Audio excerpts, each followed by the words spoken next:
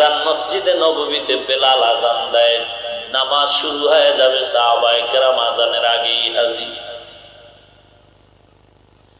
ওই দুর্বল গরিব সাহাবী সবার আগে যায় না, ইকামত যখন শুরু হয় তখন জামাতে গিয়া হাজির হয়ে যায়। নবীজির সালাম ফিরানো মাত্র অন্যান্য সাহাবীরা বসে থাকেন, নবীর বয়ান শুনবেন। দুর্বল গরিব সাহাবী সালাম ফিরানো মাত্র দৌড়ায় ঘরের মধ্যে চলে যায়। সবার নজরে পড়ার মাত্র নবীর কাছে অভিযোগ দেওয়া হলো, অমুক সাহাবী সালাম ফিরানো মাত্র দৌড়ায় ঘরে যায়, ইকামতের আগে আসে, আমরা তো পরে যাই, আগে আসি। নবী একবার একটা কথা শুনলে তদন্ত করতেন না, একবার এক কথা 3 বার শুনতেন। আজকের অভিযোগটা আবার আর একদিন সাহাবায়ে কেরাম দিলেন, আবার আর একদিন 3 বার দেওয়ার পরে রাহমাতুল লিল আলামিন বললেন, সাহাবীর কোনো বিপদ মনে হয় হতে পারে, চলো তার ঘরে আমরা খবর নেই। মায়ার নবী রাহমাতুল লিল আলামিন সাহাবীর ঘরের দরওয়াজায় হাজির।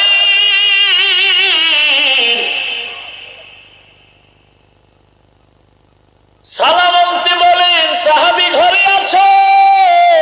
রাহমাতুল লিল আলামিন ঘরের দরওয়াজায় একবার আওয়াজ দিলেন, তৃপ্তি পাল্টা কোনো জবাব নাই।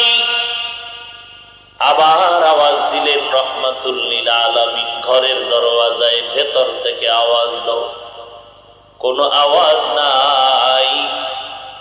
তৃতীয়বারে যখন আওয়াজ দিল, ঘরের থেকে আওয়াজ ভেসে আসলো, কান্নার আওয়াজ। সাহাবী কাঁদেন আর বলেন, পয়গম্বর, আমি এত গরিব, আপনার কাছে আসার মতো ভালো কাপড় আমার গায়ের মধ্যে নাই রে পয়গম্বর। কোন রকম একটু কাপড় আবৃত করে আসলেন আর বললেন, নবী কি ব্যাপার? সাহাবী, কোনো অসুবিধা আছে নাকি? নামাজে সবার শেষে যাও, সবার আগে আসো কেন? সাহাবী কান্না করে বলেন, পয়গম্বর, ঘরের মধ্যে আমার এই ভাঙা ঘরের মধ্যে আমরা 2 জন স্বামী আর স্ত্রী ছাড়া কেউ নাই। আমরা 2 জন আর মিলে একটা কাপড় ঘরের মধ্যখানে একটা গর্ত বানায় রাখছি। আমার স্ত্রীকে আমি গর্তের মধ্যে রেখে আমি কাপড় পরিধান করে নামাজে চলে যাই, দ্রুত চলে আসি, নামাজে রক্ত আবার চলে যাবে, আমি এসে গর্তে নেমে যাই, কাপড়টা আমার স্ত্রীকে দেই, তারপরে আমার স্ত্রী নামাজ আদায় করে। আল্লাহর নবী ঘরের সামনে দোয়া করলেন, ও আল্লাহ, এত কঠিন অবস্থায় আমার সাহাবী থেকেও তোমাকে ভুলে না রে মালিক। আমি রাহমাতুল লিল আলামিন দোয়া করে দিলাম, আল্লাহ তুমি ওই সাহাবীকে ভুলিও না। ওরে গরিব নবীর উম্মতের দল, এমনও গরিব এই এলাকায় তালাশ করে দেখো, নদীতে মাছ ধরে জাল ফালায়, মাছ পাইলে ভালো, ঘরের চুলা আগুন জ্বলে না, হয় না।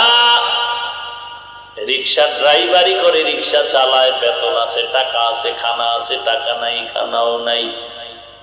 অসুস্থ হয়ে পড়ে থাকে, রোজা রাখে, কান্না করে, তারপরও হারামের কাছেও যায় না। আর কত গরিব আছো, তোমার হারাম টাকা লোন না উঠাইলে তোমার মাথা গরম হয়ে থাকে। তুমি নবীর আশিক দাবি করলে বড় লজ্জা পাই, কারণ তুমি তোমার গর্ভধারিণী মায়ের সাথে তুমি জিনার গুনাহ কামাই করতেছো সুদ ঘুষ খাওয়ার কারণে। তোমার জিন্দেগীর কোন আমল আল্লাহর দরবারে কবুল হবে না।